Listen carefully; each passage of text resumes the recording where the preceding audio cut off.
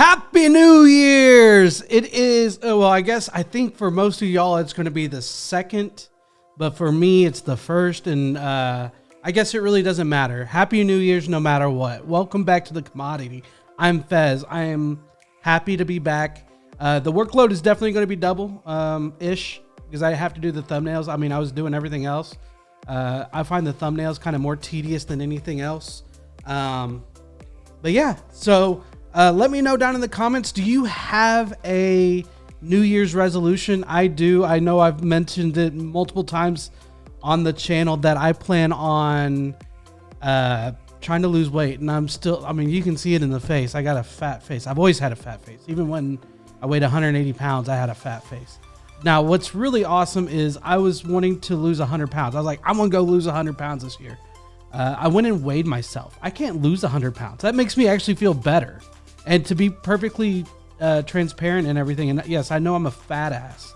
I weigh 240 pounds. So if I lost 100 pounds, I weigh 140 pounds.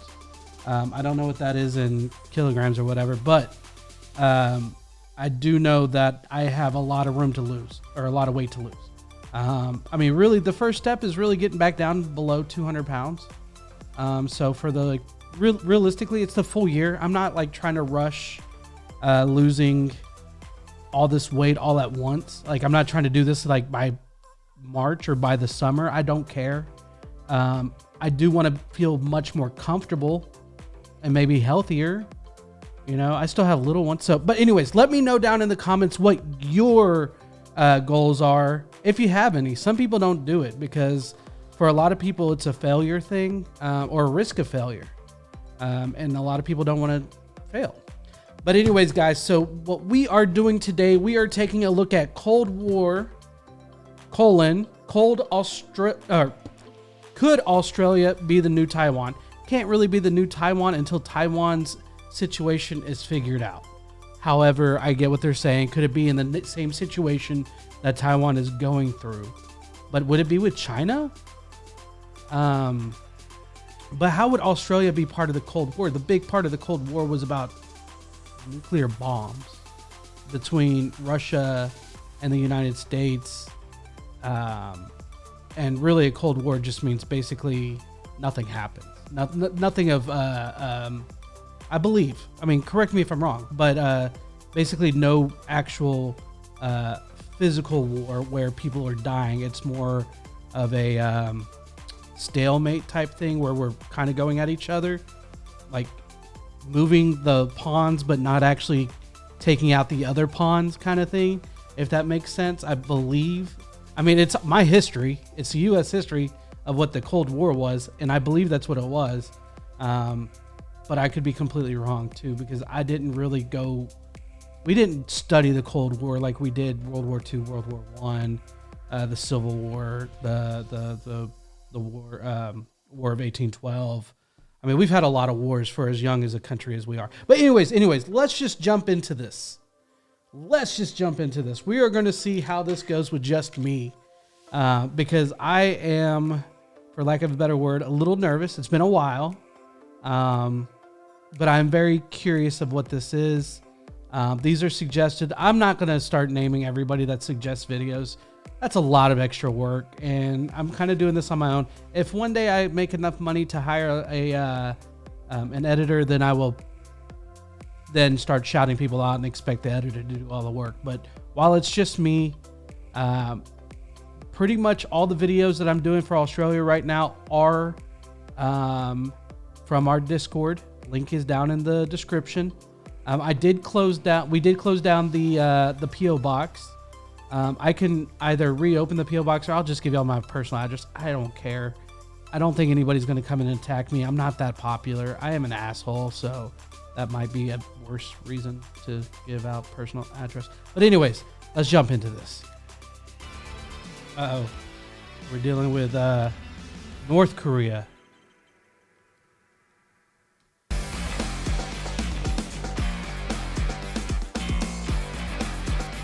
How imminent is China's invasion of Taiwan? This is one of the questions that has been repeated by... Wait, was that first guy? What do they call him? Winnie the Pooh? I forget what his name is, the guy that's in charge of China. But Yeah, that's who I thought it was. So sorry. Far the most in recent months. And keep in mind that the President of the United States himself wanted to make his position clear.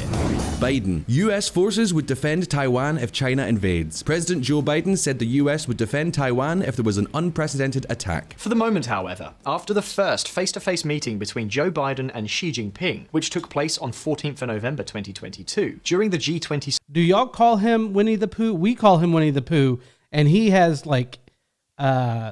came at creators that have done that and have kicked them, made it to where they can't travel to China and stuff like that. He's a sore asshole piece of shit. I mean, I'm not a big fan of China's leadership.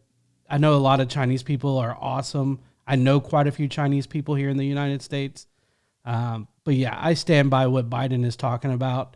If Taiwan is ever attacked, I would hope that we would step in and help out. Maybe not intervene, but help out. Summit in Indonesia. Washington's impression is that this invasion will not take place anytime soon, which of course does not dispel the doubts about what may happen in a few years' time. US Navy chief warns China could invade Taiwan before 2024. However, let's take a moment, Visual Politic viewers, because although all eyes are on the island of Formosa, the conflict in the region could be ignited by a totally different clash.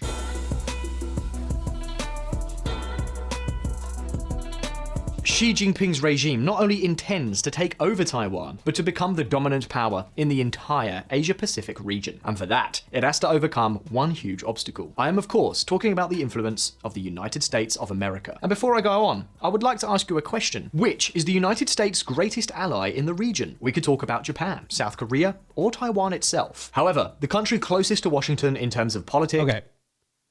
I don't think it's fair what they... Okay, so they said region as opposed to, I know it's close, but do you really call Australia part of the region of Southeast Asia, or Asia for that matter? I personally wouldn't. I would say our biggest ally in Asia, because I like to separate Australia because they are their own continent. So I believe there's, that line. It's just like North America, South America. I don't know if y'all do North America, South America, or just the Americas. Because I know majority of the world has 5 continents. We study 7. I was actually talking to my son about that. He's only 7, but he already knows all 7 continents for the U.S. And I explained to him the 5 continents. So I would say, from what I understand, our probably 2 biggest allies in Asia are probably Japan and probably South Korea. I would say South Korea over Japan. And I think it's because there's so much conflict with North Korea and South Korea that's why. But at the same time, Japan is also getting a little bit of, push by North Korea. And again, I'm sure all of North Korea, the majority of North Koreans, they're just a victim of where they're born. And it's the leadership and the tyranny and the just the horrificness of North Korea from Kim Jong-un or whatever the hell his name is. But I know a lot of people try to get out of North Korea and are killed or are just forced to stay or whatever. I know it's a terrible situation and I hate that. But I do believe, as far as that side of the globe, Australia is our number one friends as far as countries go, as far as sides of globes. But as far as Asia versus Australia continent-wise, obviously those are 2 different things. Economy and culture is none other than Australia. And in a way, this is what explains news stories like this. Australia attacks China's policy of economic punishment at the World Trade Organization, accuses it of contravening rules. Australia Prime Minister seeks end to China's trade sanctions. In recent years, relations between China and Australia have gone from bad to worse. From being good partners, they have become 2 sides practically at loggerheads, 24 hours a day, 7 days a week. There have been constant clashes on both sides. However, in May 2022, something changed. The Labour Party took over the Australian government, and among their priorities is to seek a better relationship, precisely with Xi Jinping's China. We've talked about this in a past video here on Visual Politic. However, that doesn't mean the storm has abated, not at all.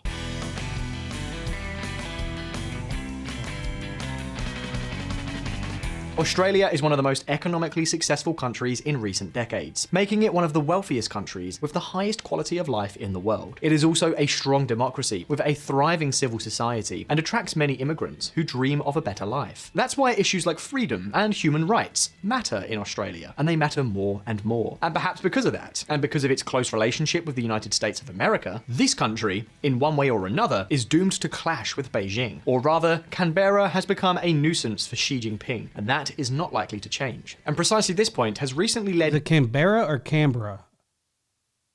Remind me.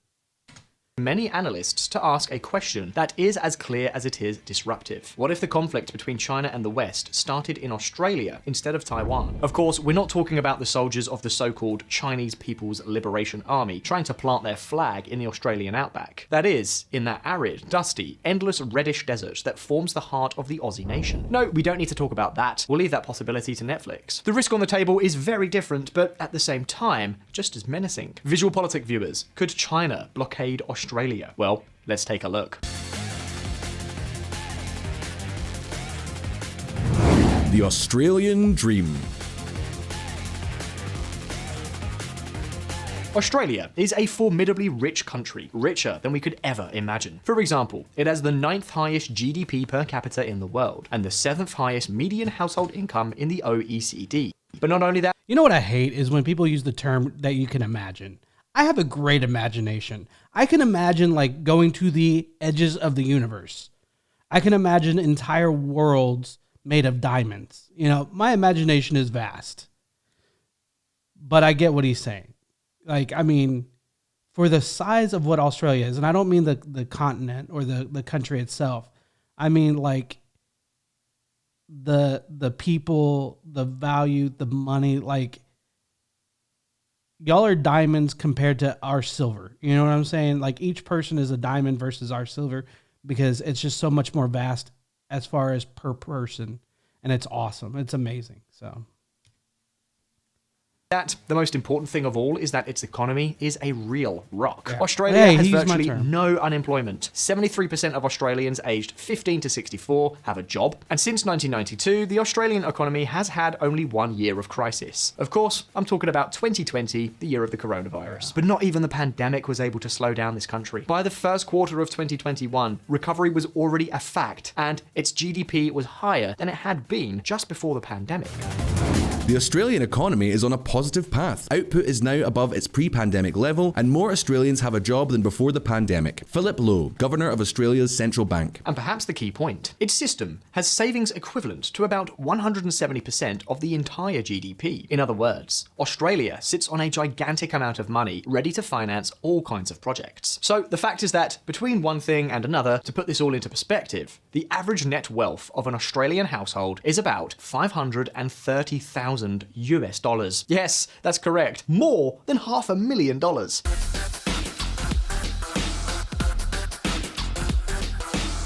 And of course, with such data, it should come as no surprise that this is precisely the OECD country that attracts the most skilled immigrants and is 7th in the world for signing up the most entrepreneurs each year. Nor that, according to the OECD, it is 2nd on the list for countries with the best living conditions, including the 3rd best health system in the world. In a nutshell, it's what you might call the Australian dream.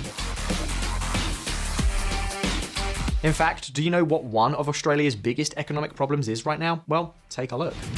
Australia needs foreign backpackers to return. It is facing some of the rich world's worst labour shortages. Labour shortage threatens Australia's post-pandemic resurgence. Unemployment has hit a near 50-year low, but companies are struggling to find workers. that is here too. I think people are starting to understand their worth, especially here in the States. So here in the States, we're not, employment isn't protected like it is in Australia, in most countries, really. Like we don't get paid. There's no like required paid time off.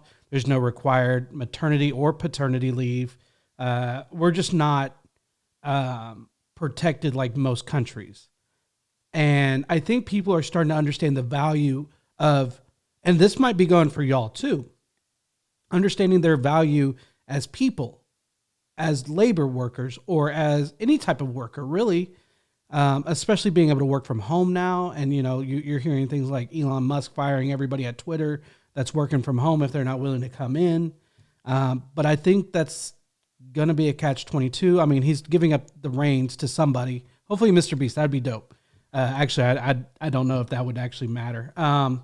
But it's just kind of like, are people starting to understand their value from the recession?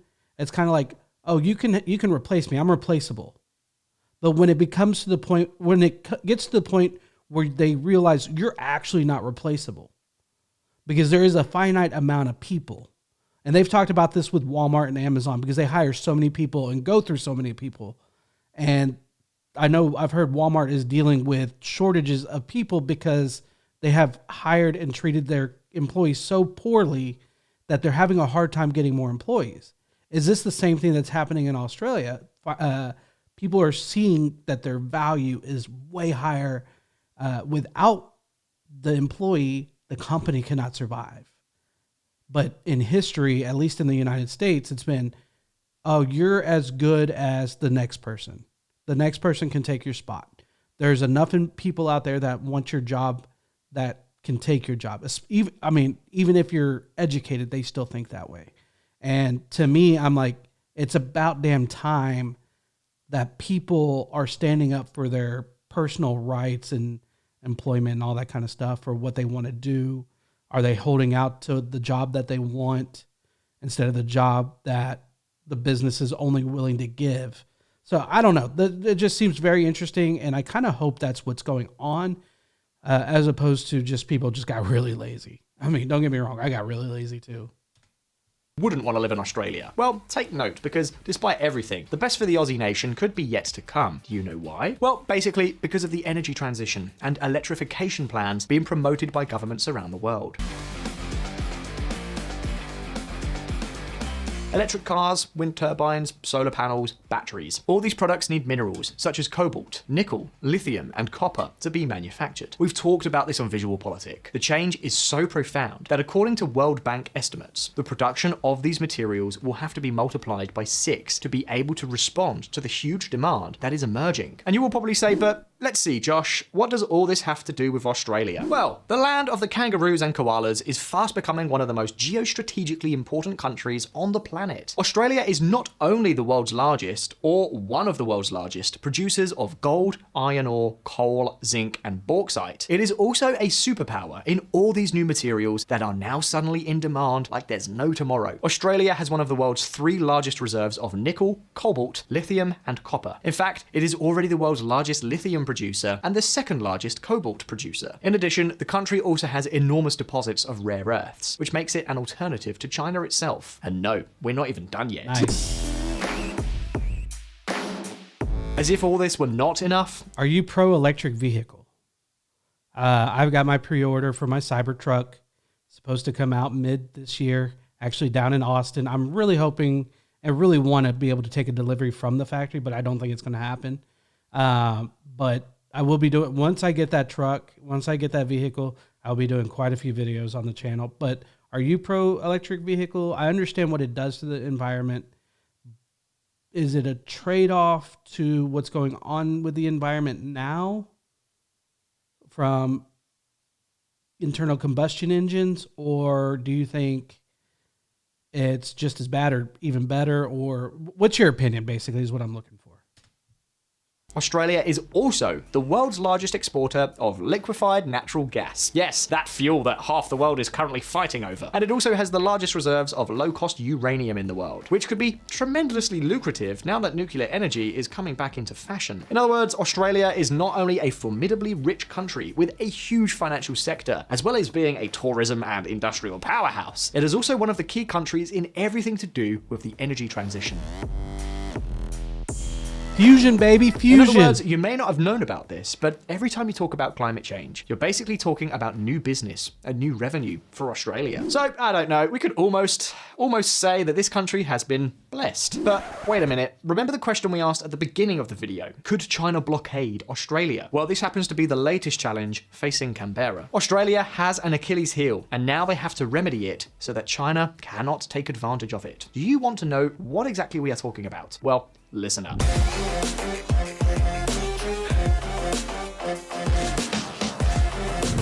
The koala facing the dragon.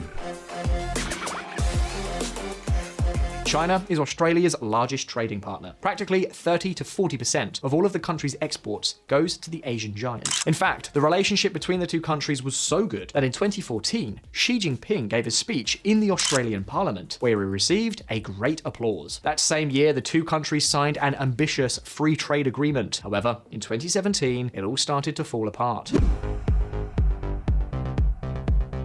In 2018, Australian authorities began legislating to curb China's increasing interference in the country's politics. In 2018, for security reasons, Huawei was excluded from the development of the 5G network. Later, Australia demanded respect for human rights in Xinjiang and Hong Kong, and in the end, the Australian government even called for an investigation into China's responsibility for the evolution and spread of SARS coronavirus 2. All this caused enormous anger in Beijing, which was quick to respond with punishments of all kinds. Let's just say that China stopped picking up the phone, suspended high-level political meetings, and instead, punishments in the form of tariffs and blockades were put in place against many Australian products, from timber to wine, coal, lobster, and agricultural products. Of course, Chinese tourism was also stopped in its tracks. In 2020, there was also a large-scale cyber attack against Australia. China was not directly blamed, but there was no need either. Things seemed very clear. Most recently, on the 19th of April, the Chinese government signed a security agreement with the Solomon Islands. Thanks to this agreement, China could have the ability to reach and monitor Australian waters. And you know what? This is exactly what we're talking about. Australia is not only the main ally of the United States in the region, but also, as we've seen, a key player in the global economy, thanks to its enormous mineral and energy reserves. But as we mentioned, it could have an Achilles heel, a serious weak point. With its growing navy and air force, China could be able to disrupt and block the shipping lanes of Australian trade. And take note, because right now, this is clearly the greatest risk to national security, and if necessary, the greatest blackmail tool that Beijing could have. Soon, you will understand why. And pay close attention. We're not only talking about the interruption of exports and imports, but about something potentially much more serious. You see, Australia has a rare status in world energy markets. It is both an importer and an exporter. Let me explain. The country is consuming more oil than ever. It produces less than it did a decade ago. Its emergency reserves are at rock bottom, and it is running out of capacity to produce fuels. Whereas in 2000, the country had 8 refineries that supplied the entire domestic market. Today, it has only 2. The result? Increasing dependence on foreign countries. Although Australia continues to export some oil, it imports 90% of the gasoline it consumes, mainly from countries such as South Korea, Singapore, Japan, Malaysia, and Taiwan. Well, so my opinion, and I hate it actually, because whenever Donald Trump was running this country, he did like a tariff war against China, which, in my opinion, it's hard to. We put China in the position that they're in now.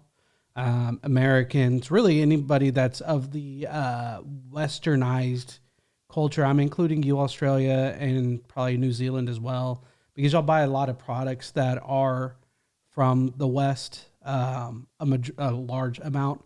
And we put them in that situation to be so powerful financially and all that kind of stuff. And the only way I can imagine that we put kind of China back in its, I wouldn't say place or whatever, but back to understanding that without us, they can't thrive. And I don't mean just the U.S. I mean all Western cultures, civilization, like everybody from Europe, the Americas, Australia, just because they did produce a large amount of products for a lot of our companies here in the U.S. and other countries. And I just feel like, and it's going to be hard because if we go to another country for this cheap labor, we're building another economy that could turn into the next China wanting to take over everybody. And China, I truly believe that China's not as weak. So we thought Russia was super, super insanely impenetrable, super strong, super, we wouldn't be able to, I wouldn't say compete with them, but I figured they were stronger than what they've shown, especially in Ukraine. because we don't ever want to go to war with these countries because, I mean, if you go after China, then they'll have North Korea, which I'm not really worried about. But then you'll have Russia and India. I believe India would side with China as they're just neighbors, and it makes a lot of sense. I do know like a lot of the Southeast Asian countries probably wouldn't join in on that side. But that would just be a huge catastrophe. I feel like I'm just babbling at this point. But outside of just cutting them off, I feel like there's not a lot that can be done at this point. We built the monster that it is right now. So, and like I said, we is Western society, including you, Australia. If it comes to it, according to an analysis commissioned by the Australian Ministry of Defence, China could lock down the South China Sea and the East China Sea, and thus block most of Australia's fuel supply, or at best, force tankers to take much longer and more costly routes. All of this could cripple the Australian economy in just a few weeks. And it doesn't end there. In addition, Australia is perhaps the Western country that is most dependent on China for the supply of key products and components for its industry, from fertilizers and salicylic acid to aluminium to all kinds of chemical compounds and machinery. In other words, in the face of a new crisis, China could respond by trying to blockade the Australian economy, and that could unleash a huge geopolitical and military storm with a country that is increasingly important to the global economy. And this helps explain news stories like this. Over 60% of Australians say that China is more of a security threat to Australia than an economic partner. That is a spectacular reversal. In 2018, the figure was only 12%. Now, does this mean that Australia is at the mercy of Beijing's schemes? Well, obviously not. Australia has three major advantages. It is a very rich country. It is the best ally of the United States in the region, and they are now taking the China threat seriously. So, in recent years, we have seen Canberra strengthen its bilateral security ties with other countries in the area, particularly Japan. We have seen how alliances such as the Quad, the Five Eyes, and the new Indo-Pacific Economic Framework have been strengthened. We've already talked about all of these here on Visual Politic. But above all, we have seen how the alliance with the United States has been strengthened to the point of signing the AUKUS program of the United States and the United Kingdom, a kind of alliance that will see Australia spend more than $100 billion equipping itself with nuclear submarines, hypersonic missiles, Tomahawk missiles, and achieving greater integration with allied armies. Strengthening relations with the United States has a very clear potential outcome. If China tries to blockade Australia, the United States, the United Kingdom, and Australia could block the supply of oil from the Middle East to the Asian giant by cutting these three waterways you see on screen. Because this happens to be one of China's greatest weaknesses. So I am sure you will now understand better why Australia is still so interested in standing shoulder to shoulder with the United States. And I love that. I truly, truly love that. For the time being, if one thing is clear, it is that China's economic sanctions have been a failure. Recently, after 6 long years, Xi Jinping has met again with an Australian Prime Minister to try to improve things. But if one thing is clear, it is that nothing will ever be the same again. Perhaps China underestimated the great strengths of Australia, a country that has become the destination of choice for millionaires, entrepreneurs, and immigrants of all kinds. The conflict with China has perhaps changed Australian politics and society forever. It has made them look like a powerhouse, and now that is exactly what they're starting to become. They certainly have the money, resources, and influence to do so. But having reached this point, it's your turn. Do you think the conflict with the West could start in Australia and not in Taiwan? What role do you think Australia will play in international politics over the next few years? And the most important question of all, would you like to live the Australian dream and live in this country? I know I would. Leave us your answer in the comments. And now, if you found this video interesting, don't forget to like and subscribe to Visual Politic. Once again, thank you so much for being there. All the best. See you next time.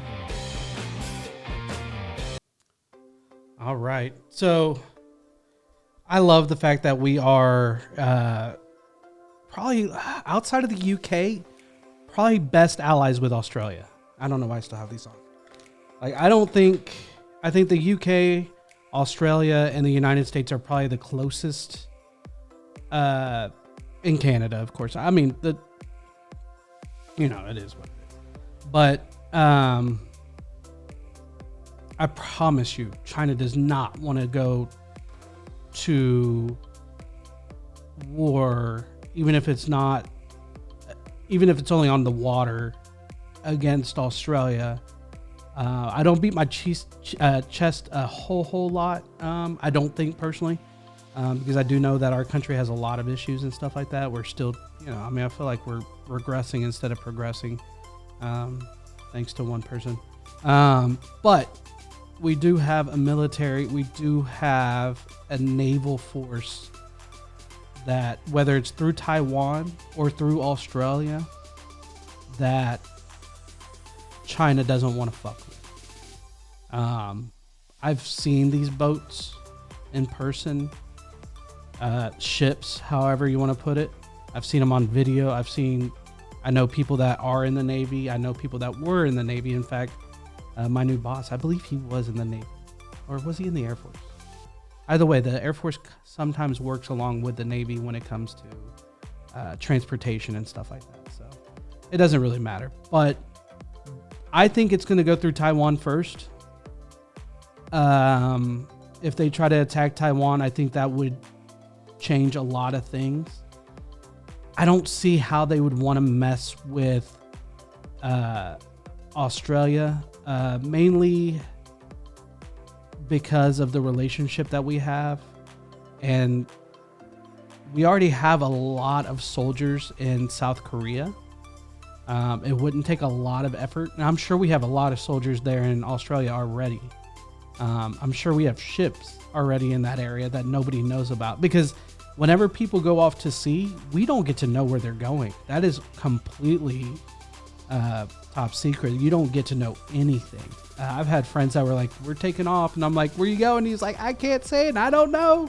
So it's crazy to think that they're just like on this big giant boat just going in the middle of nowhere, and nobody besides, the military knows where they're going. So but this was really interesting. I think because of all the natural resources that Australia has, I truly think, and the way that China is so overpopulated, that if anybody's going to run out of natural resources from their own country, it would be like, a China or an India. I mean, it is what it is, because it's just sheer population. I would think us too in the United States, but at the same time, I feel like our population is nothing. We're the third largest country population wise, and we are substantially smaller in population. And we're the third largest country in size, next to, Russia and Canada, and then us. So we kind of have that balance going right now as far as like land mass to person. So, but we're a very wasteful country, so that changes a lot of those things. But anyways, guys, I hope y'all enjoyed the video. If you did, please hit the like button. If you want to see my future videos now, hit the subscribe button and the bell notification. If I got a lot of this shit wrong, just let me know down in the comments. Please don't be mean. It can be kind of hard reading a lot of hateful comments, I'm not gonna lie. I've learned to kind of ignore a lot of the stuff, but it still can get at you after a little while. That's why I kind of took a break when Miles kind of went through his personal thing, and then I kind of was like, I'm just gonna at least take a little bit of a break, and I'm kind of glad I did. But I'm kind of glad I'm back. So hit the subscribe button. Peace out, guys.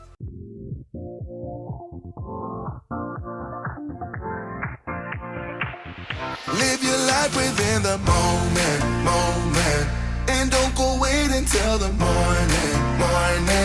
You never know when it is over. All that I know is we'll get older. So let us dance this night away.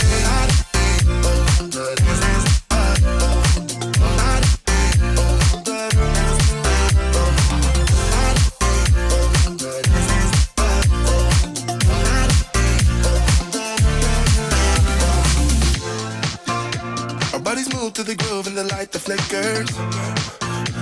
We get lost in the crowd, it's getting thicker. We get away from the drinks and chatter. Haven't said a word, but it doesn't matter. Feel the air get thinner. Standing in a blurry dream.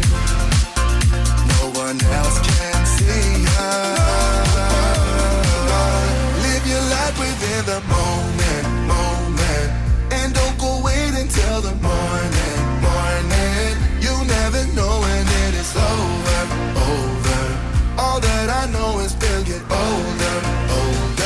So let us dance this night away.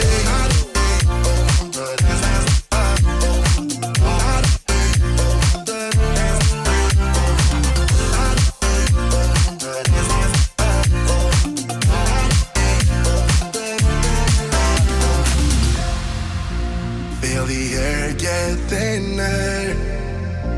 I'm standing in a blurry dream. No one else can see us. So let us dance this night away.